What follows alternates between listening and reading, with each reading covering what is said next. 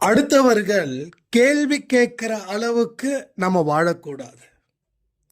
அடுத்தவங்க கேள்வி கேட்டுட்டாங்களேன்னு சொல்லி ஃபீல் பண்றதை விட்டுட்டு இனி அடுத்தவர்கள் கேள்வி கேட்காத மாதிரி வாழ்வதே நம்ம தன்மானத்துக்கு உண்டானதுன்னு நினைச்சு வாடுங்க.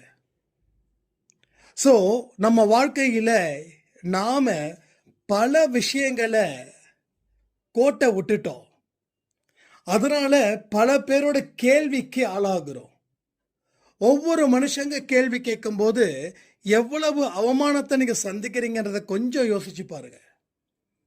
இந்த அவமானம் உங்களுக்கு தேவையானதா இல்ல இந்த அவமானம் உங்களால நீங்களே திணிக்கப்பட்டதா? அப்ப பல பேரோட அவமானம் திணிக்கப்பட்டது. யாரால? உங்களால. அப்ப இனிமேலாவது நாம அதற்குண்டான வழிகளை பார்க்க வேண்டாமா?